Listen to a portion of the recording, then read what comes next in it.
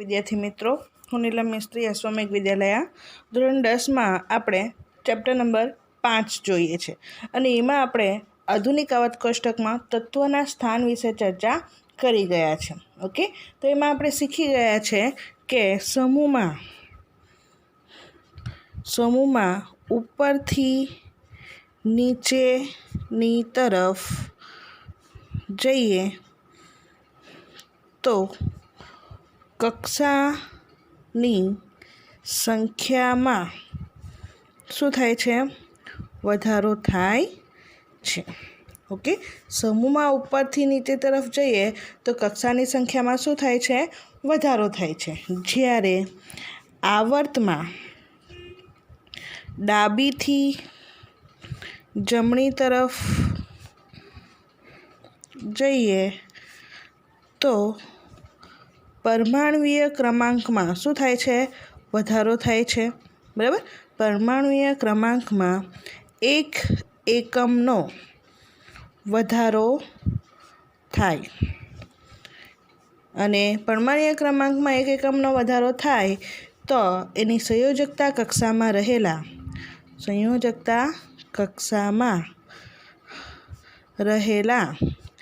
ઇલેક્ટ્રોનમાં પણ એક એકમનો વધારો થાય છે।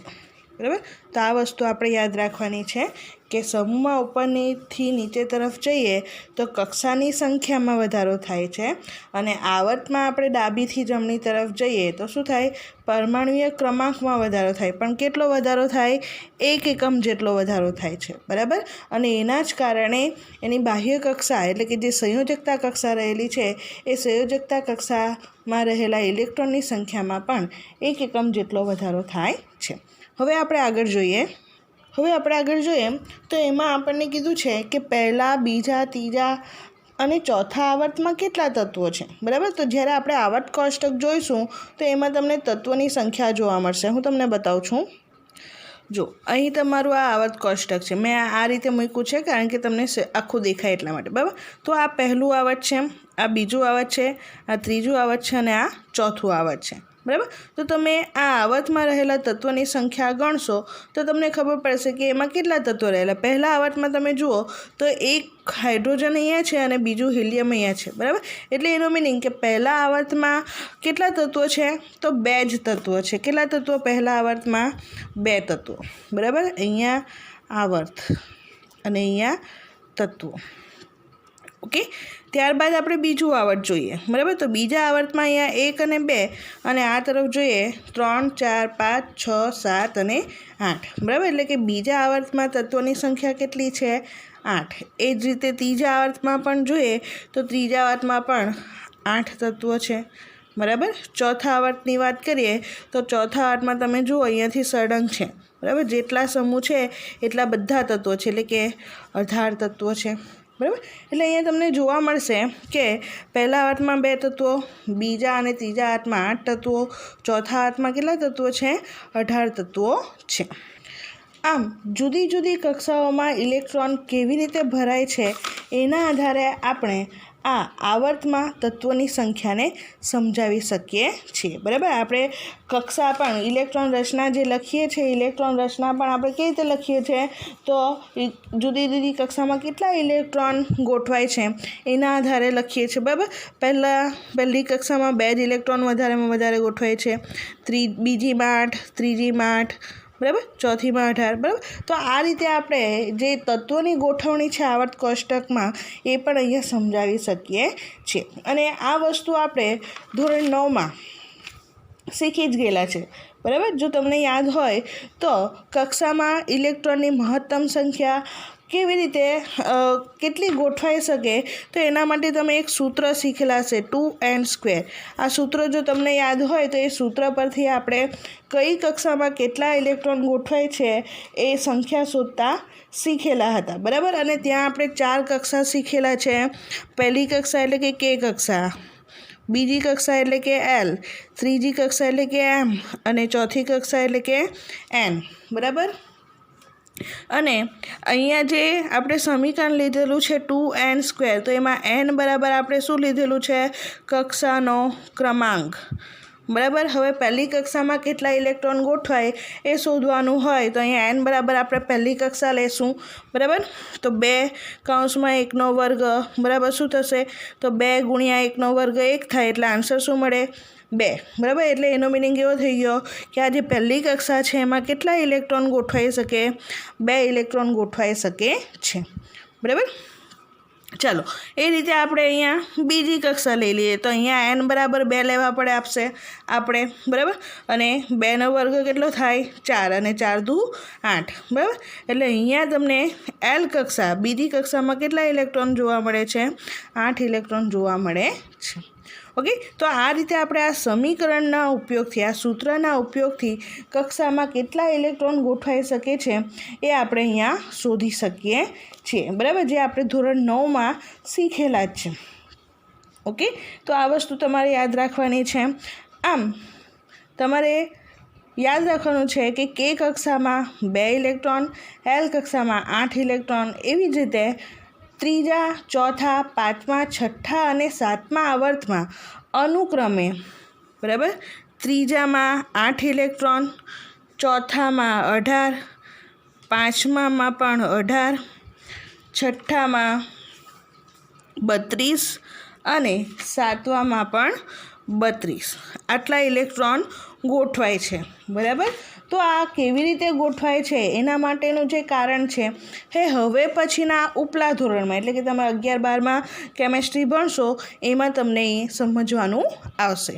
ઓકે, હવે આગળ જોઈએ કે આવર્ત કોષ્ટકમાં તત્વોનું સ્થાન તેમની રાસાયણિક પ્રતિક્રિયાત્મકતા, બરાબર. પ્રતિક્રિયાત્મકતા એટલે કે એનું બીજું નામ છે સક્રિયતા, બરાબર.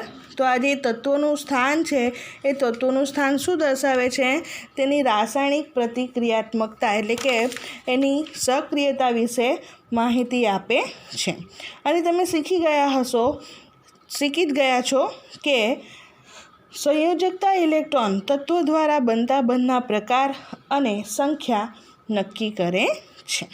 ઓકે, તો અહીંયા આપણો આ એક ટૉપિક પૂર્ણ થાય છે જેનું નામ છે આધુનિક આવર્ત કોષ્ટકમાં તત્વોનું સ્થાન. હવે એમાં આપણે બીજો ટૉપિક જોઈએ છે આધુનિક આવર્ત કોષ્ટકમાં વલણ. નેક્સ્ટ ટૉપિક છે આધુનિક આવર્ત કોષ્ટકમાં વલણ. હવે આપણે જોઈ ગયા કે આધુનિક આવર્તનીય ગુણધર્મો, બરાબર. આધુનિક આવર્ત કોષ્ટકમાં આવર્તનીય ગુણધર્મ વિશે આપણે આવર્તનીય ગુણધર્મ જે શબ્દ છે એનો ઉપયોગ કરેલો છે, બરાબર.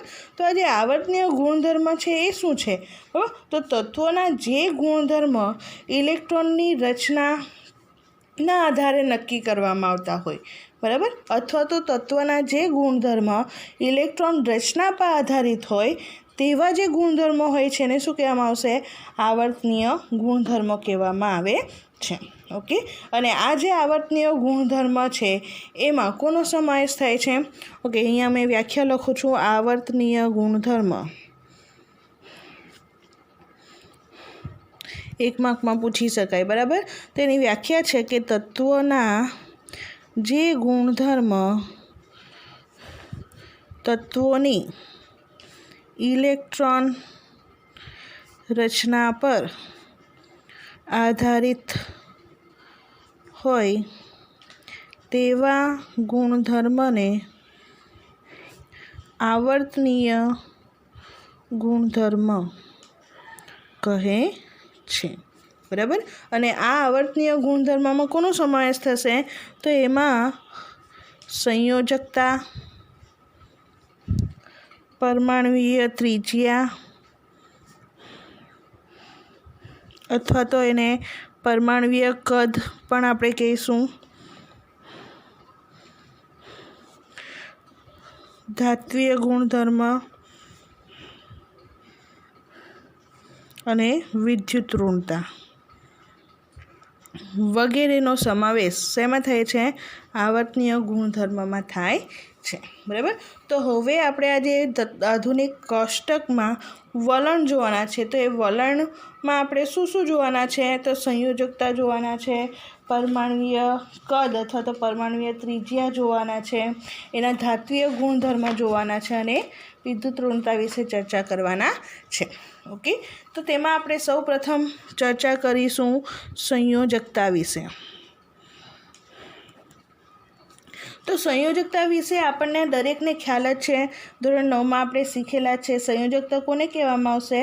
તો સંયોજકતા વિશે તમે જાણો છો કે તત્વની સંયોજકતા તેના પરમાણુની બાહ્યતમ કક્ષામાં રહેલા સંયોજકતા ઇલેક્ટ્રોનની સંખ્યા દ્વારા નક્કી થાય છે, બરાબર. એટલે સંયોજકતાની વ્યાખ્યા શું હશે? વ્યાખ્યા લખીએ આપણે તો કોઈ એક તત્વની અન્ય તત્વ સાથે સંયોજાવાની સાપેક્ષ ક્ષમતાને સંયોજકતા કહે છે. અને આ સંયોજકતા શાના પર આધાર રાખે છે? તો સંયોજકતાનો આધાર બાહ્યતમ કક્ષામાં રહેલા સંયોજકતા ઇલેક્ટ્રોનની સંખ્યા પર હોય છે, બરાબર. સંયોજકતા કોને કહેવામાં આવશે? તો કોઈ તત્વની અન્ય તત્વ સાથે સંયોજવાની જે ક્ષમતા છે એને શું કહેવામાં આવશે? સંયોજકતા. અને આ સંયોજકતા શાના પર આધાર રાખે છે? તો તત્વની બાહ્યતમ કક્ષામાં રહેલા સંયોજકતા ઇલેક્ટ્રોનની સંખ્યા પર આધાર રાખે છે. અને આ જે સંયોજકતા હોય છે એ સંયોજકતાનું મૂલ્ય બાહ્ય કક્ષામાં રહેલા ઇલેક્ટ્રોનની સંખ્યા જેટલું, બરાબર, બાહ્ય કક્ષામાં રહેલા ઇલેક્ટ્રોનની સંખ્યા જેટલું અથવા તો તેમાંથી તેના મૂલ્યને 8માંથી બાદ કરતા મૂલ્ય જેટલું હોઈ શકે છે. જેમ કે ઉદાહરણ તરીકે આપણે સોડિયમ લઈએ તો એનો પરમાણુ ક્રમાંક કેટલો છે? 11. એની ઇલેક્ટ્રોન રચના લખીએ તો 2 8 1 થાય, બરાબર. તો એનો મિનિંગ એવો થઈ ગયો કે એની બાહ્ય કક્ષામાં કેટલા ઇલેક્ટ્રોન છે? 1 જ. એટલે એની સંયોજકતા કેટલી થશે? 1 થશે, બરાબર. પરંતુ ક્લોરીનની વાત કરીએ, ક્લોરીન એનો પરમાણુ ક્રમાંક કેટલો છે? 17, બરાબર. તો એની ઇલેક્ટ્રોન રચના થશે 2 8 7. તો અહીંયા ક્લોરીનની સંયોજકતા જો આપણે નક્કી કરવી હોય તો ક્લોરીનની સંયોજકતા માટે શું કરવું પડશે? તો અહીંયા 7 ઇલેક્ટ્રોન એ ઘુમાવશે નહીં, પણ શું કરશે? 1 ઇલેક્ટ્રોન મેળવશે, બરાબર. એટલે 8માંથી 7 બાદ કરીએ તો કેટલા મળે આપણને? 1 મળશે, બરાબર. તો અહીંયા 8માંથી બાહ્ય કક્ષામાં રહેલા ઇલેક્ટ્રોનને બાદ કરતાં આપણને જે સંખ્યા મળે એ શું થશે? અહીંયા ક્લોરીનની સંયોજકતા થશે. ઓકે, તો અહીં તમને એક અહીંયા પ્રવૃત્તિ આપવામાં આવી છે. તે પ્રવૃત્તિ વિશે આપણે ચર્ચા કરી લઈએ. જો અહીં પ્રવૃત્તિ 5.6 આપેલી છે. તો તમને અહીંયા પૂછ્યું છે કે કોઈ પણ તત્વની ઇલેક્ટ્રોન રચનાના આધારે તમે તેની સંયોજકતાની ગણતરી કેવી રીતે કરશો, બરાબર. તો કોઈ પણ તત્વની ઇલેક્ટ્રોન રચનાના આધારે જો આપણે એની સંયોજકતાની ગણતરી કરવી હોય તો કેવી રીતે કરશું? તો એની બાહ્ય કક્ષામાં રહેલા ઇલેક્ટ્રોનની સંખ્યા પરથી સંયોજકતાની આપણે ગણતરી કરી શકીએ છીએ, બરાબર. જેમ કે સમૂહ 1 2 ની વાત કરીએ તો સમૂહ 1 અને 2માં એના જે બાહ્ય કક્ષામાં રહેલા ઇલેક્ટ્રોનની જે સંખ્યા હશે એ કેટલી હશે? તો 1 અને 2. ચલો એનું ઉદાહરણ લઈ લઈએ. આપણે મેં તમને બતાવું છું. સોડિયમ આ સમૂહ 1નું તત્વ છે, મેગ્નેશિયમ એ સમૂહ 2નું તત્વ છે. એની ઇલેક્ટ્રોન રચના જોઈએ 2 8 1 અને આની છે 2 8 2, બરાબર. તો અહીંયા બાહ્ય કક્ષામાં રહેલા ઇલેક્ટ્રોનની જે સંખ્યા છે એ શું થશે? એના સંયોજકતા કક્ષામાં રહેલા ઇલેક્ટ્રોનની સંખ્યા, બરાબર. એ જ રીતે સમૂહ 13 14 15 16 17 અને 18, બરાબર. તો એમના માટે સંયોજકતા ઇલેક્ટ્રોનની સંખ્યા કેટલી થશે? તો 13 છે એટલે એના બાહ્ય કક્ષામાં કેટલા ઇલેક્ટ્રોન રહેલા હશે? 3 રહેલા હશે, બરાબર. 14 હશે તો એની બાહ્ય કક્ષામાં કેટલા ઇલેક્ટ્રોન રહેલા છે? 2, 8, 4 એટલે 4 ઇલેક્ટ્રોન, બરાબર. 15 તો 2, 8, 5. તો હવે 4 સુધી આપણે કહી શકીએ કે એની સંયોજકતા કેટલી છે? 4. હવે 2, 8, 5 હવે ઇલેક્ટ્રોન રચના કઈ આવશે? 2, 8, 5, બરાબર. તો હવે એની સંયોજકતા કેટલી થશે? 5? નહીં. હવે એની સંયોજકતા કેટલી થશે? તો હવે 8માંથી બાહ્ય કક્ષામાં રહેલા ઇલેક્ટ્રોનની સંખ્યા આપણે બાદ કરીશું અને જે આન્સર મળશે એ શું થશે? એની સંયોજકતા, બરાબર. એટલે અહીંયા 8માંથી આપણે 5 બાદ કરીએ તો આપણને કેટલા મળશે? 3 મળશે, બરાબર. એટલે એની સંયોજકતા થશે 3. એટલે કે આ જે તત્વ છે, બરાબર, 15 પરમાણુ ક્રમાંક ધરાવતું તત્વનું નામ શું છે? ફોસ્ફરસ, બરાબર. તો આ જે ફોસ્ફરસ છે એ શું કરે છે? તો 3 ઇલેક્ટ્રોન મેળવીને અષ્ટક રચના પૂર્ણ કરે છે, બરાબર. એટલે એની સંયોજકતા કેટલી થશે? 3 થાય છે. એવી રીતે પરમાણુ ક્રમાંક 16 તો એની ઇલેક્ટ્રોન રચના શું થશે? 2, 8, 6 થશે. તો એ શું કરશે? 2 ઇલેક્ટ્રોન મેળવવાનો પ્રયત્ન કરશે. એટલે એની ઇલેક્ટ્રોન રચના એની સંયોજકતા ઇલેક્ટ્રોનની સંખ્યા કેટલી થશે? 2. ઓકે. એ જ રીતે આપણે ક્લોરીનનું ઉદાહરણ તો જોઈ જ ગયા છે. 17 પરમાણુ ક્રમાંક ધરાવતું 2, 8, 7 1 ઇલેક્ટ્રોન મેળવશે એટલે એની સંયોજકતા કેટલી થશે? 1, બરાબર. અને 18 તો એની ઇલેક્ટ્રોન રચના છે 2, 8, 8 એટલે કે સ્થાયી છે, બરાબર. એ ઇલેક્ટ્રોન મેળવતો પણ નથી અને ગુમાવતો પણ નથી, બરાબર. તો આ રીતે આપણે સંયોજકતા ઇલેક્ટ્રોનની સંખ્યા નક્કી કરી શકીએ છીએ, બરાબર. એટલે કે સંયોજકતા 16, 17, 18 માટે સંયોજકતાનું મૂલ્ય 8માંથી બાહ્ય કક્ષામાં રહેલા ઇલેક્ટ્રોનની સંખ્યાને બાદ કરતાં મળતા મૂલ્ય જેટલું હોય છે, બરાબર. ત્યારબાદ બીજો પ્રશ્ન જોઈએ. પરમાણુ ક્રમાંક 12 ધરાવતા મેગ્નેશિયમ અને પરમાણુ ક્રમાંક 16 ધરાવતા સલ્ફરની સંયોજકતા કેટલી છે? તો મેં અહીંયા તમને બતાવ્યું જ છે કે મેગ્નેશિયમની સંયોજકતા કેટલી છે? એની 2, 8, 2 ઇલેક્ટ્રોન રચના છે. બાહ્ય કક્ષામાં 2 ઇલેક્ટ્રોન છે એટલે મેગ્નેશિયમની જે સંયોજકતા છે કેટલી છે? 2 છે, બરાબર.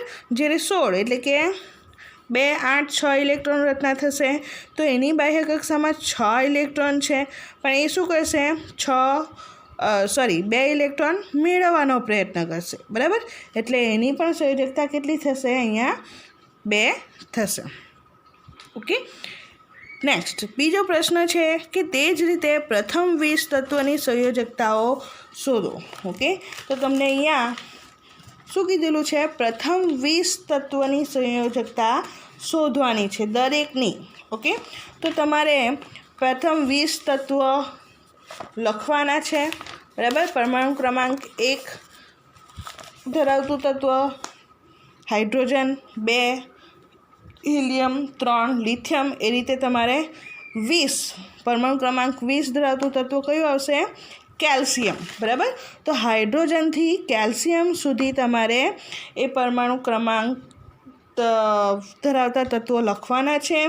ત્યારબાદ એ દરેકની ઇલેક્ટ્રોન રચના લખવાની રહેશે અને એના પરથી તમને શું જાણવા મળશે? સંયોજકતા ઇલેક્ટ્રોનની સંખ્યા જાણવા મળશે, બરાબર. તો એ આખું કોષ્ટક તમારે રેડી કરવાનું રહેશે. જો તમે રેડી કરશો તો તમને સરળતાથી ખ્યાલ આવશે કે આપણે સંયોજકતા ઇલેક્ટ્રોન કેવી રીતે શોધી શકીએ. ઓકે. ત્યારબાદ બીજો પ્રશ્ન છે આવર્તમાં ડાબીથી જમણી તરફ જતાં સંયોજકતા કેવી રીતે બદલાય છે? બરાબર. તો હવે આવર્તમાં ડાબીથી જમણી જઈએ તો સંયોજકતા કેવી રીતે બદલાશે? તો આવર્તમાં ડાબીથી જમણી તરફ જતાં સંયોજકતા પહેલાં 1 થી 4, બરાબર. ઓકે. તમને એક ઉદાહરણથી સમજાવું. આપણે બીજું આવર્ત લઈ લઈએ. લિથિયમ, પછી બેરિલિયમ, પછી boron, carbon, nitrogen, oxygen, fluorine અને નિયોન. ઓકે. લિથિયમનો પરમાણુ ક્રમાંક 3, બેરિલિયમનો 4, બોરોનનો 5, કાર્બનનો 6, નાઇટ્રોજનનો 7, ઓક્સિજનનો 8, ફ્લોરિનનો 9 અને નિયોનનો 10. ઓકે. ઇલેક્ટ્રોન રચના જોઈએ. 2, 1, 2, 2, 2 3 2 4 2 5 2 6 2 7 અને 2 8 દરેકની સંયોજકતા જોઈએ। આ ઇલેક્ટ્રોન રચના છે, બરાબર। આ પરમાણુ ક્રમાંક છે અને આ તત્વો છે, બરાબર। હવે એની શું જોઈએ? સંયોજકતા। ઓકે, તો અહીંયા બાહ્ય કક્ષામાં 1 ઇલેક્ટ્રોન એટલે લિથિયમની સંયોજકતા કેટલી? 1। બેરિલિયમની 2, બોરોનની 3, કાર્બનની કેટલી? 4। હવે નાઇટ્રોજનની, તો નાઇટ્રોજનની બાહ્ય કક્ષામાં કેટલા ઇલેક્ટ્રોન? 5, એટલે એને આપણે શું કરવું પડશે? 8માંથી બાદ કરવા પડશે, અને 8માંથી 5 બાદ કરીએ તો કેટલા મળે? 3। એ રીતે ઓક્સિજનમાં બાહ્ય કક્ષામાં 6 ઇલેક્ટ્રોન, 8માંથી 6 બાદ કરીએ તો 2, 8માંથી 7 બાદ કરીએ તો 1, અને નિયોન તો 8માંથી આવી એટલે 0 આવશે, બરાબર। એ કેવું છે? સ્થાયી છે। ઓકે, એટલે અહીંયા તમે જોઈ શકશો કે આપણે આવર્તમાં જો ડાબીથી જમણી તરફ જઈએ તો સંયોજકતામાં શું જોવા મળશે? તો પહેલાં સંયોજકતા 1 થી 4, બરાબર, અને પછી 4 થી 0 થાય છે। ખ્યાલ આવ્યો અહીંયા, બરાબર। આવી જ રીતે તમે બીજું આવર્તની જગ્યાએ ત્રીજું આવર્ત લઈ લો, ચોથું આવર્ત લઈ લો, તો ત્યાં પણ તમને આ જ પ્રકારે જોવા મળશે। ઓકે, ત્યારબાદ તમને બીજો પ્રશ્ન પૂછેલો છે કે સમૂહમાં ઉપરથી નીચે તરફ જતાં સંયોજકતા કેવી રીતે બદલાય, બરાબર। હવે સમૂહમાં ઉપરથી નીચે તરફ તમારે જવાનું છે તો સંયોજકતા કેવી રીતે બદલાશે?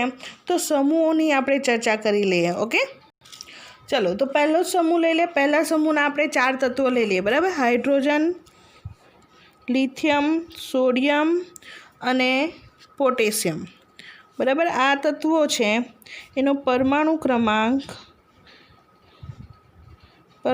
ક્રમાંક, બરાબર, 1, 3, 11, અને પોટેશિયમનો પરમાણુ ક્રમાંક કેટલો છે? 19, બરાબર।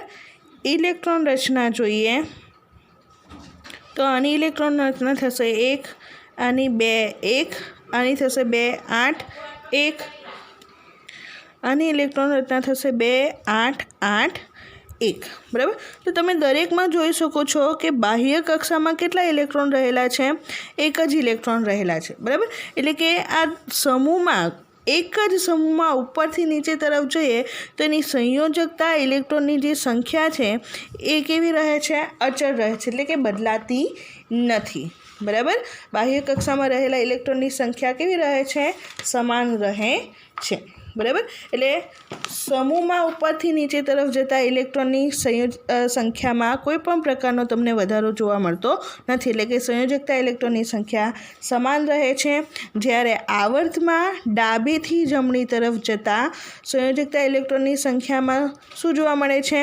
તો 1 થી 4 પહેલાં વધે છે અને ત્યારબાદ 4 થી 0 થાય છે। ઓકે, આ વસ્તુ આપણે યાદ રાખવાનું છે। હવે આપણે બીજા આવર્તનીય ગુણધર્મ પરમાણુય કદ વિશે જોઈએ। પરમાણુય કદ, ઓકે, પહેલાં તો પરમાણુય કદ એટલે શું? પરમાણુય કદ કોને કહેવામાં આવશે, બરાબર? તો પરમાણુય કદ એ કોને રિલેટેડ છે? તો પરમાણુનો જે ગોળાકાર કલ્પવામાં આવે છે, બરાબર, જે પરમાણુ છે એ પરમાણુની કલ્પના કેવી કરવામાં આવે છે? ગોળાકાર કરવામાં આવે છે, બરાબર। તો પરમાણુય કદ શબ્દ પરમાણુની ત્રિજ્યાનો ઉલ્લેખ કરે છે, બરાબર। પરમાણુ અથવા જો જે તત્વ છે એને કેવો કલ્પવામાં આવે છે, એટલે કે ઇમેજિંગ કરવામાં આવે છે કે કેવો છે? ગોળાકાર હશે, બરાબર। તો એ પરમાણુય કદ પરમાણુની ત્રિજ્યાનો ઉલ્લેખ કરે છે, બરાબર। એટલે કે આ જે તમને જોવા મળે છે એ શું છે? પરમાણુય ત્રિજ્યા, બરાબર, અને એને પરમાણુય કદ તરીકે ઓળખવામાં આવે છે, બરાબર, અથવા તો એને પરમાણુય ત્રિજ્યા તરીકે પણ ઉલ્લેખ કરવામાં આવે છે। તેની વ્યાખ્યા શું થશે? તો એક સ્વતંત્ર પરમાણુના કેન્દ્રથી એક સ્વતંત્ર પરમાણુના કેન્દ્રથી તેની સૌથી બહારની કક્ષા વચ્ચેના અંતરને પરમાણ્વીય ત્રિજ્યા અથવા તો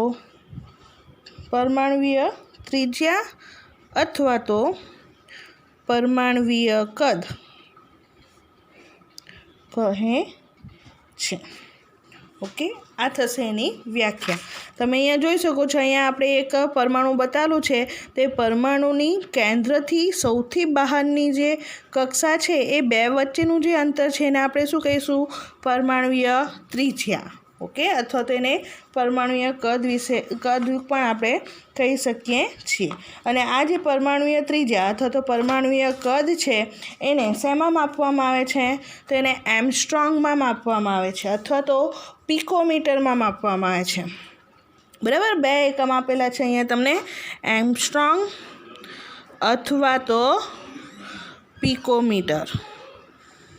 બરાબર, તો એમસ્ટ્રોંગ વિશે તો આપણે જાણી જ ગયા છે. બરાબર, આગળ જોઈ જ ગયેલા છે કે એક એમસ્ટ્રોંગ બરાબર કેટલા મીટર? તો 10⁻⁸ સેન્ટીમીટર અથવા તો 10⁻⁻10 મીટર.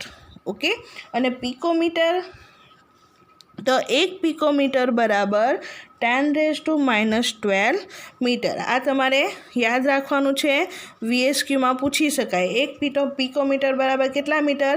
તો 10⁻12 મીટર. અને એક એમસ્ટ્રોંગ બરાબર કેટલા સેન્ટીમીટર?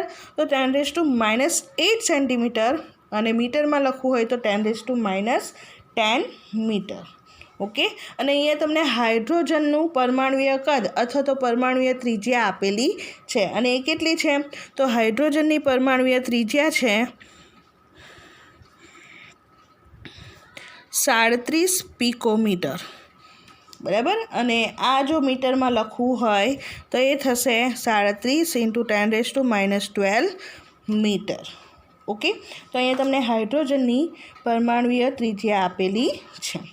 તો અહીંયા પણ આપણે હવે સમૂહ અને આવર્તમાં પરમાણ્વીય કદના જે જુદાપણાનો અભ્યાસ થાય છે એ જોઈએ. બરાબર, એના માટે પણ તમને અહીંયા પ્રવૃત્તિ આપેલી છે, તો એના માટે પણ પ્રવૃત્તિ જોઈ લઈએ. ચલો, તમે અહીંયા જોઈ શકો છો કે બીજા આવર્તમાં તત્વોની પરમાણુય ત્રિજ્યા નીચે આપેલી છે. આવર્ત 2ના તત્વો તમને આપેલા છે, boron, beryllium, oxygen, nitrogen, lithium અને કાર્બન. ઓકે, આ પરમાણુય ત્રિજ્યા તમને પિકોમીટરમાં આપેલી છે. દરેકની અલગ અલગ છે પરમાણુય ત્રિજ્યા, તમે જોઈ શકો છો. ઓકે, હવે આપણે શું કરવાનું છે? તો તેઓને તેમની પરમાણુય ત્રિજ્યાના ઉતરતા ક્રમમાં ગોઠવો. બરાબર, હવે આ દરેકને જો આપણે એના પરમાણુય ત્રિજ્યાના ઉતરતા ક્રમમાં ગોઠવીએ તો સૌપ્રથમ કયું તત્વ આવશે? તો ઉતરતા ક્રમમાં છે એટલે સૌપ્રથમ આવશે મોટું. બરાબર, મોટી સંખ્યા એ છે 152. બરાબર, લિથિયમ. ત્યાર પછી 152 પછી આવશે 111 બેરિલિયમ. 111 પછી મોટી સંખ્યા કઈ છે? તો 88 બોરોન. 88 પછી 77 કાર્બન. ત્યારબાદ નાઇટ્રોજન 74 અને ત્યારબાદ ઓક્સિજન 66. ઓકે, તો તમે અહીંયા જોઈ શકો છો કે દરેકને જો આપણે ઉતરતા ક્રમમાં ગોઠવીએ તો સૌપ્રથમ લિથિયમ તત્વ આવે છે અને ત્યાર પછી ક્રમશઃ દરેક તત્વ ગોઠવાતા જાય છે. બરાબર, પરમાણુય ત્રિજ્યાના આધારે. બરાબર, જે આપણને આવર્ત કોષ્ટકમાં જોવા મળે છે એ રીતે તત્વો ગોઠવાયા છે. બરાબર, ત્યારબાદ બીજો પ્રશ્ન છે કે તેઓને તેમની પરમાણુય ત્રિજ્યાના ઓકે હોય તો ગોઠવી દીધું છે આપણે. શું હવે આ તત્વો આવર્ત કોષ્ટકમાં આપેલ આવર્તની ભાતમાં ગોઠવાય છે? તો હા, આ જે દરેક તત્વો છે એ આવર્ત કોષ્ટકમાં જે રીતે આપવામાં આવેલા છે એ જ રીતે એ જ ક્રમમાં અહીંયા તમને ગોઠવાયેલા જોવા મળે છે. આગળ કયા તત્વો સૌથી મોટા પરમાણુઓ અને સૌથી નાના પરમાણુઓ ધરાવે છે? બરાબર, તો તમે અહીંયા જોઈ શકો છો કે કયા તત્વની પરમાણુય ત્રિજ્યા સૌથી વધારે છે અને કયા તત્વની પરમાણુય ત્રિજ્યા સૌથી ઓછી છે. બરાબર, તો અહીંયા સૌથી વધારે કોની છે પરમાણુય ત્રિજ્યા? લિથિયમની. બરાબર, તો અહીંયા આપણે એવું કહી શકીએ કે સૌથી મોટા પરમાણુ ધરાવતું તત્વ કયું છે? લિથિયમ. જ્યારે સૌથી ઓછું પરમાણુય ત્રિજ્યા અથવા તો પરમાણુય કદ ધરાવતું તત્વ કયું છે? ઓક્સિજન છે. આવર્તમાં તમે ડાબીથી જમણી તરફ જાઓ ત્યારે પરમાણુય ત્રિજ્યામાં કેવો ફેરફાર થાય છે? બરાબર, તો અહીંયા આપણે આ એક આવર્ત જ લીધેલું છે. બરાબર, તો આવર્તમાં આપણે ડાબીથી જમણી તરફ જઈએ તો સતત આપણને શું જોવા મળે છે? પરમાણુય કદ અથવા તો પરમાણુય ત્રિજ્યામાં ઘટાડો થયેલો જોવા મળે છે. ઓકે, આટલી વસ્તુ ક્લિયર થઈ. હવે આગળ જોઈએ. ઓકે, અહીંયા આપણને આવર્તમાં ડાબીથી જમણી તરફ જતાં ઘટાડો જોવા મળે છે. તો એનું કારણ શું છે? તો કોઈ પણ આવર્તમાં આપણે ડાબીથી જમણી તરફ જઈએ તેમ તેમ એનો કેન્દ્રીય જે વીજભાર હોય છે એ શું થાય છે? વધતો જાય છે. બરાબર, એટલે કેન્દ્રમાં પ્રોટોનની સંખ્યા વધતી જાય અને જેમ કેન્દ્રીય વીજભાર વધતો જાય તેમ એનું ઇલેક્ટ્રોન પ્રત્યેનું જે આકર્ષણ બળ છે એ પણ કેવું થતું જાય છે? વધતું જાય છે. અને એના પરિણામે જે અંતર છે પરમાણુય ત્રિજ્યા છે એમાં શું થાય છે? ઘટાડો થાય છે. બરાબર, એટલે કે પરમાણુય કદમાં ઘટાડો થાય છે. હવે આપણે સમૂહની ચર્ચા કરીએ. બરાબર, તમે આવર્તમાં તો જોઈ ગયા કે આ ડાબીથી જમણી તરફ જતાં પરમાણુય ત્રિજ્યામાં શું થાય છે? ઘટાડો થાય છે, કારણ કે કેન્દ્રીય વીજભાર વધવાની સાથે ઇલેક્ટ્રોન કેન્દ્ર તરફ ખેંચાવાનું વલણ ધરાવે છે, જેને આપણે શું કહીએ છીએ? પરમાણુય કદ ઘટે છે. હવે આપણે સમૂહ વિશે ચર્ચા કરીએ કે સમૂહમાં જો ઉપરથી નીચે તરફ જઈએ તો શું જોવા મળશે? ઓકે, અહીંયા સમૂહ માટે તમને પ્રવૃત્તિ આપેલી છે કે નીચે આપેલ પ્રથમ સમૂહના તત્વની પરમાણુય ત્રિજ્યામાં ફેરફારનો અભ્યાસ કરો અને તેને ચડતા ક્રમમાં ગોઠવો. એમાં તમને સોડિયમ, લિથિયમ, રૂબિડિયમ, સીઝિયમ અને પોટેશિયમ આપેલું છે. બરાબર, તો એને હવે આપણે શું કરવાનું છે? ચડતા ક્રમમાં ગોઠવવાનું છે. બરાબર, ચડતા ક્રમમાં ગોઠવશું એટલે સૌપ્રથમ તો નાની સંખ્યા આવશે. બરાબર, તો આ દરેકમાં તમને સૌપ્રથમ નાની સંખ્યા કઈ જોવા મળશે? તો સોડિયમની છે 186.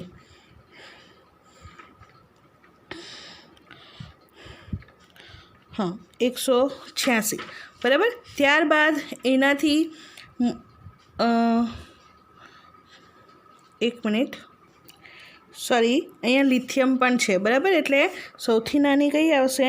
લિથિયમ આવશે 152. ત્યારબાદ આવશે સોડિયમ. બરાબર, ત્યારબાદ કયું તત્વ આવશે? તો ત્યારબાદ આવશે 231 પોટેશિયમ. બરાબર, ત્યારબાદ રૂબિડિયમ 244 અને ત્યારબાદ સીઝિયમ 262. ઓકે, તો અહીંયા તમને જોવા મળશે કે લિથિયમ, પછી સોડિયમ, પોટેશિયમ, રૂબિડિયમ અને સીઝિયમ.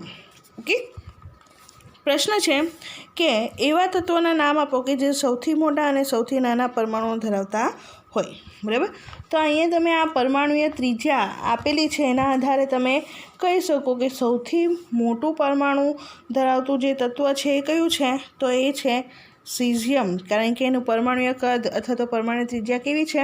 વધારે છે. જ્યારે સૌથી નાનું પરમાણુ ધરાવતું તત્વ કયું છે? તો એ છે લિથિયમ, કારણ કે એનું પરમાણુય કદ કેવું છે? સૌથી નાનું છે અથવા તો પરમાણુ ત્રિજ્યા સૌથી ઓછી છે.